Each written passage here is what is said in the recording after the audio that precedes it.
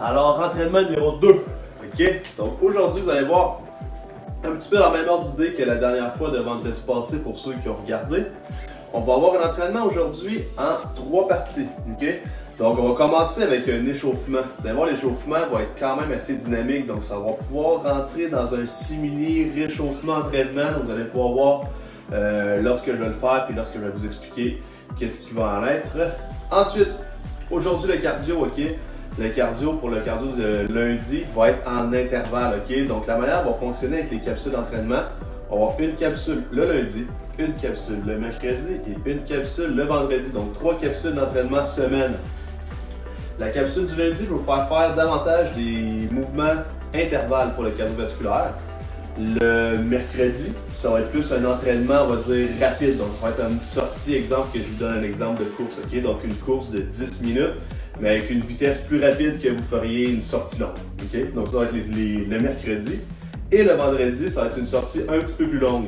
C'est certain que je ne vous donnerai pas des quantités de temps à pu finir, sinon ça ne rentrera pas dans votre journée. Donc, le vendredi va être une sortie un petit peu plus longue, mais avec un pace un petit peu plus lent que celui du mercredi.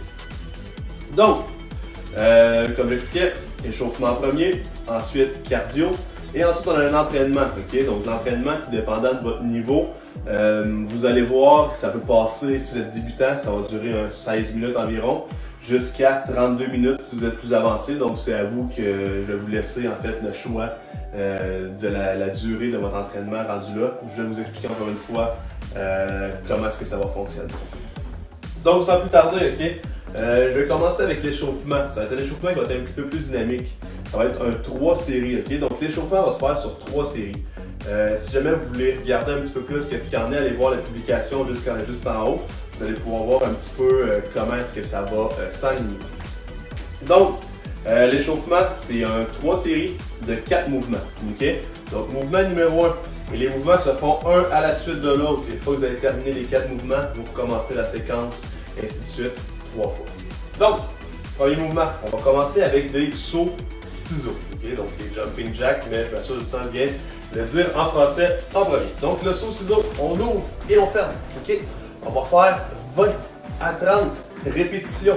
Si jamais vous avez plus de difficultés à faire les sauts ciseaux comme ça, vous pouvez simplement y aller un côté après l'autre et accumuler un 20 à 30 répétitions pour aller chercher le nombre pour l'échauffement. Donc une fois que vos 20 à 30 répétitions de sauts ciseaux sont effectuées, je vais vous faire 6 à 8 mouvements de chien tête baissée. Okay? Donc, position push-up.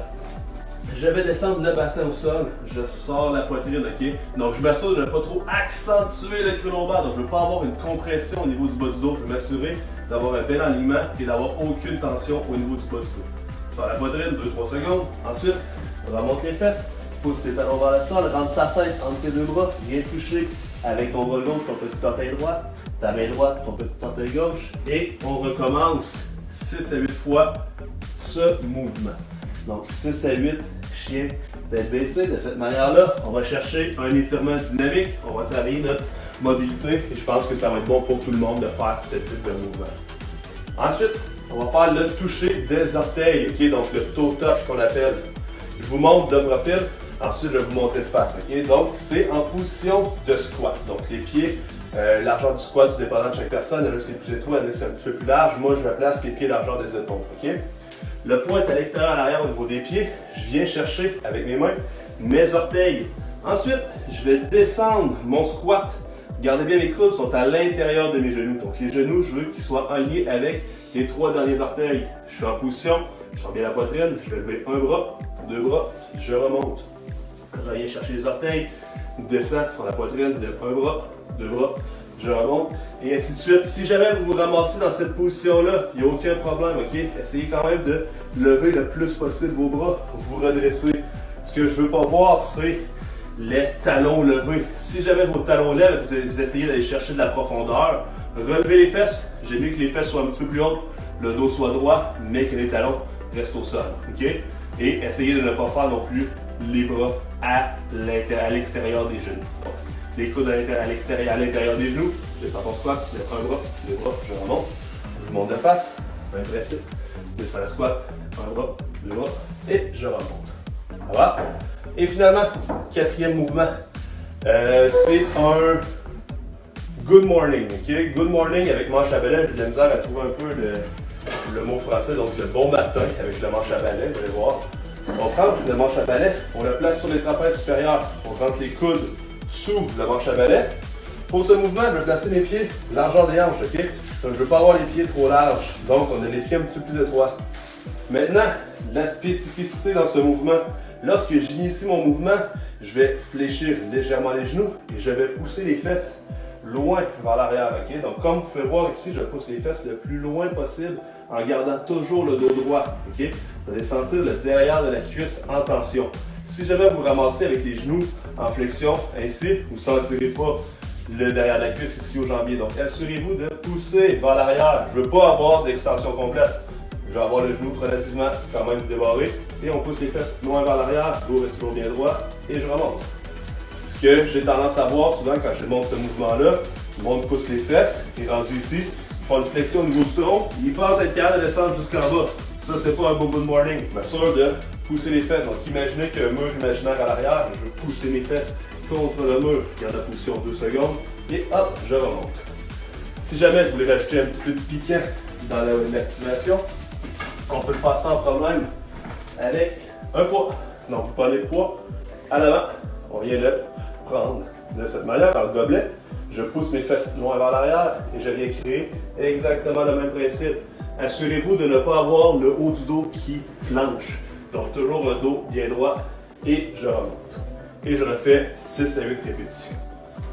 Donc, si je récapitule, je vous en fais une séquence raccourcie, mais au moins vous montrez l'enchaînement. Donc, je fais mes jumping jacks. Une fois que j'ai terminé, je me place. Je fais mes chiens tête baissée, donc ça revient à la poitrine. Lève les fesses, viens toucher petit orteil. Et je continue ainsi de suite. Ensuite, je viens faire mes toe touch. Je descends mon squat, lève un bras, deux bras, remonte, je cherche les orteils, ça squat, un bras, deux bras, remonte, et ainsi de suite. Et finalement, je fais mon good morning. Donc, manche à balai sur les trapèzes supérieurs, pousse les fesses loin vers l'arrière, le poing dans le talon, je descends et je remonte. Ok? Donc, c'est avec la séquence ainsi 3 fois. Ok? Donc, vous allez sentir le cardiovasculaire qui va embarquer un petit peu, mais ça va être beaucoup de travail aussi de mobilité et flexibilité, donc ça va être bon pour tout le monde de faire cette routine-là. Ensuite, une fois que c'est fait, on embarque dans le cardio intervalle. Ok? Donc, aujourd'hui, ce que je vais donner comme mouvement, c'est si je commence avec la marche, exemple, ça va être 6 à 8 fois la séquence suivante. 1 minute de marche à vitesse régulière, donc vitesse que je ferai mon tour du carré. Une fois que votre minute est terminée, 30 secondes de marche plus rapide. Et ensuite, 30 secondes de récupération, donc 30 secondes de marche relativement lente. Je recommence 1 minute de marche normale, 30 secondes plus rapide, 30 secondes de marche plus lente, 6 à 8 fois. Si jamais vous faites de la course, donc c'est 1 minute avec un pace confortable, une vitesse confortable, excusez-moi. Ensuite, 30 secondes de course rapide. Et ensuite, 30 secondes de marche. 1 minute de jogging tranquille. 30 secondes de course. 30 secondes de marche. 6 à 8 fois, tout dépendant de votre niveau. Si jamais c'est pas comme aujourd'hui, la température n'est pas aussi belle, ce que vous pouvez faire, c'est le faire exactement le même principe sur vélo stationnaire, sur elliptique, sur tapis roulant aussi si jamais vous en avez à la maison. Et si jamais vous êtes vraiment motivé, vous pouvez le faire avec des burpees. Oui, des burpees. Donc, vous faites exemple 1 minute de burpees lent. Donc, on prend le temps, on fait nos répétitions. Une fois que la minute est terminée, je me fais 30 secondes de burpees plus rapide. Et ensuite, je prends 30 secondes de repos et je recommence la séquence 6 à 8 fois. Et finalement, entraînement. Donc, aujourd'hui, un peu le même principe que j'ai fait pour le vendredi passé, c'est des moments d'intensité. Okay? Donc, 1 minute d'intensité avec un mouvement X. Ensuite, une autre minute pour finalement avoir 1 minute de repos à la fin. Donc, c'est 3 mouvements musculaires pour 1 minute de repos. Et tout dépendant de votre niveau, si vous êtes débutant, vous recommencez la séquence 4 fois. Ça va faire un total de 16 minutes. Si on est intermédiaire, on va faire les séquences 6 fois pour un total de 24 minutes. Et avancer, c'est 8 fois pour 32 minutes. Vous avez vu, j'ai fait mes calculs d'avance, là. Ça a bien rentré. Maintenant, les mouvements. Mouvement numéro 1. OK? Donc, monter d'une marche. Comme vous pouvez voir ici, je suis limité, je n'ai pas de marche avec moi. Donc, vu que je passe un petit peu, j'ai des poids. Donc, je vais prendre mon poids. OK? Donc, tout dépendant, c'est certain que je ne conseille pas de faire ce mouvement-là à tout le monde. Ça va être de faire monter et descendre du poids. Donc, c'est certain que si j'ai une marche, je vais prioriser la marche. Jusque-là, présentement, je n'ai pas accès à une marche, donc j'ai fait une simulation avec une marche. Donc, c'est vraiment un mouvement simple, donc pour les plus débutants. Si jamais vous êtes un petit peu plus avancé, vous allez chercher un petit peu plus le mouvement dynamique. Vous mettez un pied sur la marche et ce que je veux, c'est alterner de manière dynamique les pieds sur la marche pendant une bonne minute.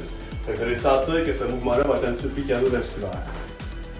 Ensuite, si jamais vous avez accès, exemple, à une table ou un tabouret ou peu importe, ce que je ferais, je prendrais mes poids et je monterais sur la table avec mes deux poids. Je m'assure de bien stabiliser, je redescends et j'alterne les jambes. Je monte sur la table avec les poids et je redescends et ainsi de suite. Donc tout dépendant, si jamais vous avez du matériel, vous allez pouvoir l'utiliser de cette manière. Donc, c'est le mouvement numéro 1. Donc si jamais vous voulez aller voir dans les explications en haut, dans la publication, vous allez pouvoir voir un petit peu plus clair, avoir un visuel sur comment l'entraînement est effectué. Ensuite, mouvement numéro 2. OK?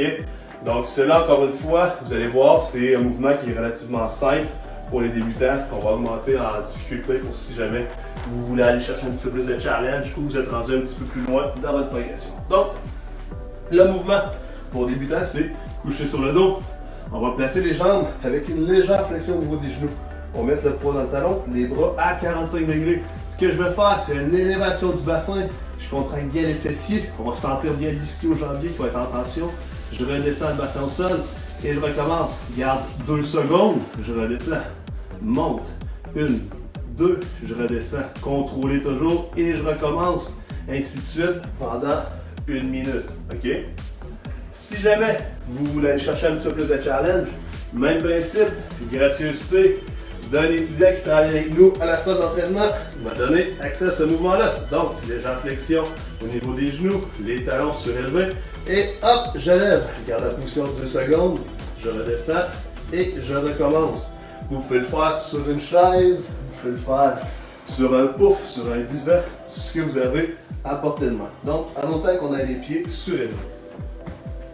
Si jamais vous avez du matériel, ce que je vous propose, c'est de pouvoir faire comment on l'appelle en français? Le balancier russe ou le Russian swing. Donc, dos bien droit. Je prends le poids, okay? le kettlebell. Je le prends pour avoir le kettlebell dans le haut des ailes. Donc, je pousse vers l'arrière et je viens de faire un mouvement de balancier jusqu'aux yeux. Si vous remarquez, le kettlebell revient toujours dans le haut des ailes et je garde toujours le dos bien droit. Donc, c'est un mouvement qui va se faire davantage avec les hanches. Donc, je pousse les fesses vers l'arrière, le poids dans le haut des ailes et je vais propulser avec mes hanches pour venir amener le poids à la hauteur des yeux pour le balancier russe. Si jamais vous l'essayez, vous pouvez faire le balancier complet, donc le kettlebell swing qu'on appelle. Donc, tour bien droit, même principe. Propulse le poids au-dessus de la tête.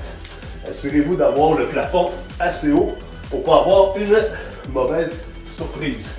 Donc, ce que je veux voir dans ce mouvement-là, c'est un mouvement qui vient davantage au niveau des hanches et je veux vraiment avoir un mouvement de propulsion pour faire en sorte de créer un momentum dans le poids. Si jamais vous avez plus de difficultés, ce que je ne veux pas voir avec ce mouvement-là, c'est souvent, on a tendance à voir le monde qui vont squatter. Donc, ils vont faire un squat et ils vont pousser avec plus les quadriceps. C'est un mouvement de fessier ischio. Donc, ça sort de propulser avec les hanches. OK? Donc, c'est un mouvement qu'on va faire pendant 1 minute. Et ça se fait très bien aussi avec le poids libre pour ceux qui en ont à la maison. Donc, même principe, je descends, hop. Donc, balancier russe au niveau des yeux et complet, je ne le ferai pas pour pas frapper le plafond. Donc, c'était le deuxième mouvement. Et finalement, le troisième mouvement, l'alpinisme ou le mountain climber. Pour les débutants, ce qu'on peut faire, c'est prendre appui sur un calorifère ou une boîte et amener les genoux vers la poitrine. Okay? Si jamais on est un petit peu plus avancé, ce qu'on peut faire, c'est le même mouvement, mais au sol. Donc, je vais vous l'expliquer un petit peu plus facilement au sol. Donc, les mains au sol, je pousse fort dans le sol. J'amène le genou vers la poitrine et je vais ramener le pied à côté de l'autre et je vais alterner de manière dynamique. Important, garder les abdominaux bien engagés. Ce que je veux pas voir, c'est de rotation ou de fesses ou de corps qui bouge dans tous les sens. On devrait avoir une belle planche et alterner les jambes de manière dynamique pendant 1 minute. Et ensuite, c'est le repos. Donc 1 minute de repos et vous recommencez la séquence, tout dépendant le nombre de fois que vous êtes. Donc si vous êtes débutant, 4 séries, intermédiaire 6 et avancé 8. Donc, ensuite, séance d'étirement, retour au calme. Vous allez voir, le cardio va être encore challengé. Bon entraînement à tous!